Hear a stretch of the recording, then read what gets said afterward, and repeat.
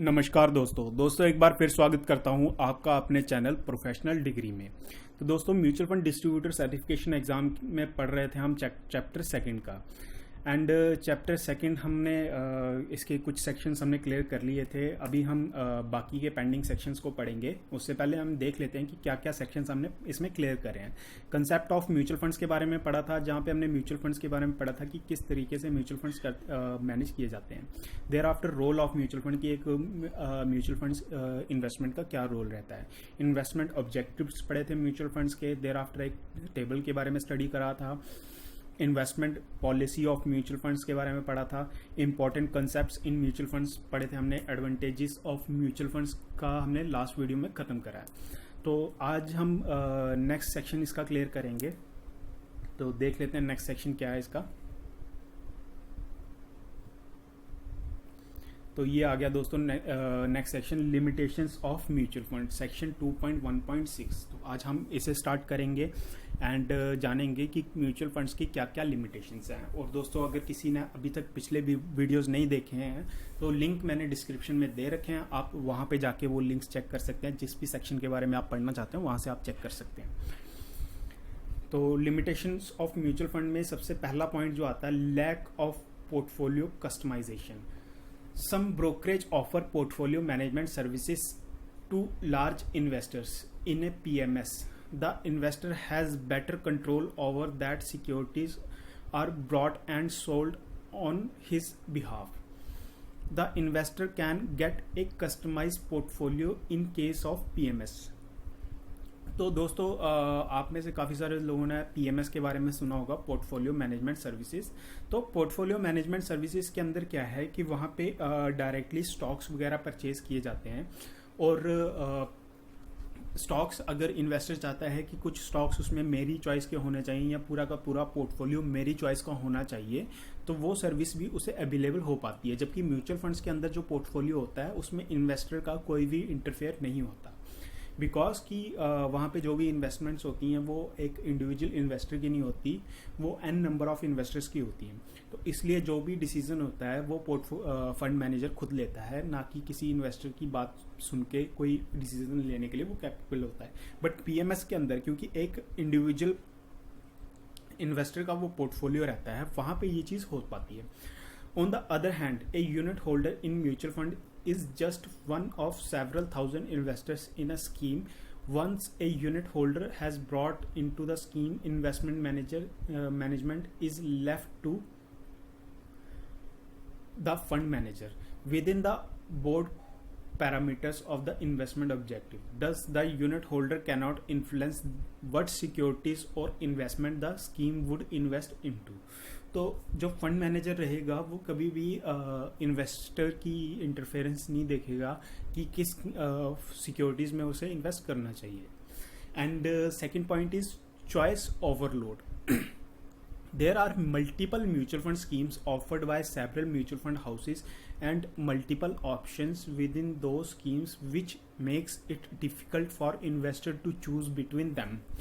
Greater dissemination of industry information through various media and availability of professional advisors or mutual fund distributors in the market helps investors handle this overload.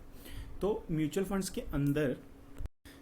के अंदर काफ़ी सारी schemes वगैरह available रहती हैं, जिसमें एक इन्वेस्टर के लिए चूज़ करना मुश्किल हो जाता है कि वो किस स्कीम के अंदर इन्वेस्ट करे या कौन सा ऑप्शन एक स्कीम के अंदर चूज़ करे। तो इस चीज़ के लिए म्यूचुअल फंड एडवाइजर्स या एक प्रोफेशनल एडवाइजर्स अवेलेबल रहते हैं।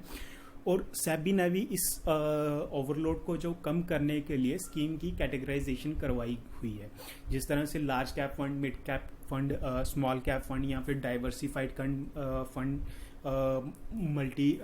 मल्टी इंडेक्स फंड या अलग अलग जो भी स्कीम्स वगैरह रहती हैं, या थीमेटिक फंड्स की हम बात कर लें तो एक बर्डन रहता है इन्वेस्टर के ऊपर कि इन स्कीम्स के अंदर मैं अपने लिए एक बेस्ट स्कीम किस तरह से चूज़ करूँ।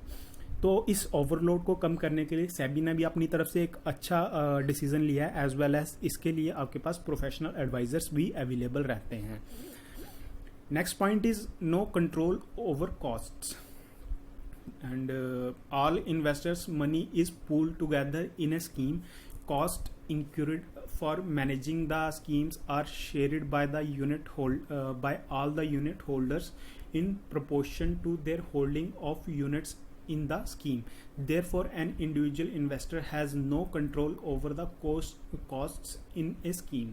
तो एक इंडिविजुअल के हाथ में कोई भी कंट्रोल नहीं रहता है वो अपनी कॉस्ट को कंट्रोल कर सके. जो भी एक्सपेंसेस म्यूचुअल फंड स्कीम्स के अंदर रहते हैं वो तो एप्लीकेबल रहेंगे देर आफ्टर. अगर आप स्कीम्स के अंदर मतलब कुछ चेंजेस करना चाहते हैं, अपनी कॉस्ट को कंट्रोल करना चाहते हैं, तो वो एक इन्वेस्टर के लिए पॉसिबल नहीं है.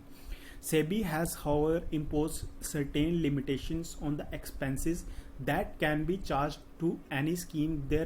These limits, which vary with the size of assets and nature of the scheme, are discussed later. However, at the same time, it should be noted that the market forces also push the cost down, and there are many schemes that operate at expenses much lower than the limits allowed by the regulator.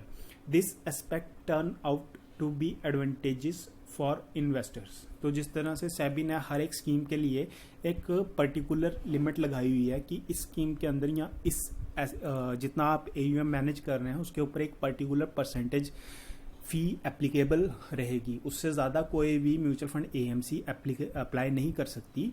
तो ये एक investor के लिए काफ़ी अच्छा benefit है. But इसमें क्या रहेगा कि एक इन्वेस्टर जो है एक्सपेंसेस को कंट्रोल नहीं कर सकता. And final point is no guaranteed returns. The structure of mutual fund is such that it is a pass through vehicle and passes on the risk and return to the fund's investors. That itself protects the interest of the investor. A mutual fund is not a guaranteed return product. तो mutual funds के अंदर जो भी investments रहती हैं इसमें risk और return दोनों रहती हैं, बट इसकी जो रिटर्न्स रहती हैं वो गारंटेड नहीं होती हैं. बिकॉज की गारंटेड रिटर्न्स हम उन्हीं को कह सकते हैं कि अगर किसी ने आपको एक फिक्स्ड अमाउंट बोला है या एक फिक्स्ड परसेंटेज बोली है तो वो गारंटेड मान सकते हैं. जहाँ पे ये वेरी हो जाएगा यानी कि वेरिएबल रिटर्न्स आ सकती हैं, 6% भी मिल सकता है, 7% भी मिल सकता है, तो ये रिटर्न्स गारंटेड नहीं बोली जाती. It is just another way of managing money. Expect that instead of an investor it is professional fund management team that takes care of the funds invested. The performance of these investments impact the return guaranteed by the mutual fund scheme. The deciding factors are the moment of specific market in which the money is invested, the performance of individual securities held, and the skills of the investment management team.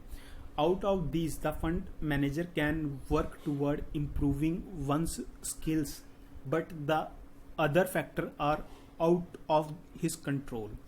तो mutual funds के अंदर जो भी management रहती है वो fund manager की रहती है. जो भी इन्वेस्टमेंट्स रहती हैं वो फंड मैनेजर ही देखता है. उसके बाद जो फैक्टर्स डिपेंड करते हैं रिटर्न के लिए वो मार्केट की परफॉर्मेंस रहती है कि मार्केट किस तरीके से परफॉर्म करती है. जिन सिक्योरिटीज़ में पैसा इन्वेस्ट करा हुआ है वो उन सिक्योरिटीज़ पे डिपेंड करता है, और काफ़ी हद तक एक फंड मैनेजर पे डिपेंड करता है कि उसने जिन सिक्योरिटीज़ को चूज़ करा है उनकी परफॉर्मेंस कैसी है. तो ये सब फैक्टर्स डिपेंड करेंगे जो म्यूचुअल फंड्स के अंदर कुछ लिमिटेशंस क्रिएट करते हैं. तो दोस्तों आज के लिए इस वीडियो को यहीं पे ख़त्म करते हैं. अगर आपको ये वीडियो अच्छा लगा हो तो प्लीज़ लाइक करिएगा, शेयर करिएगा और चैनल को सब्सक्राइब ज़रूर करिएगा. थैंक यू दोस्तों.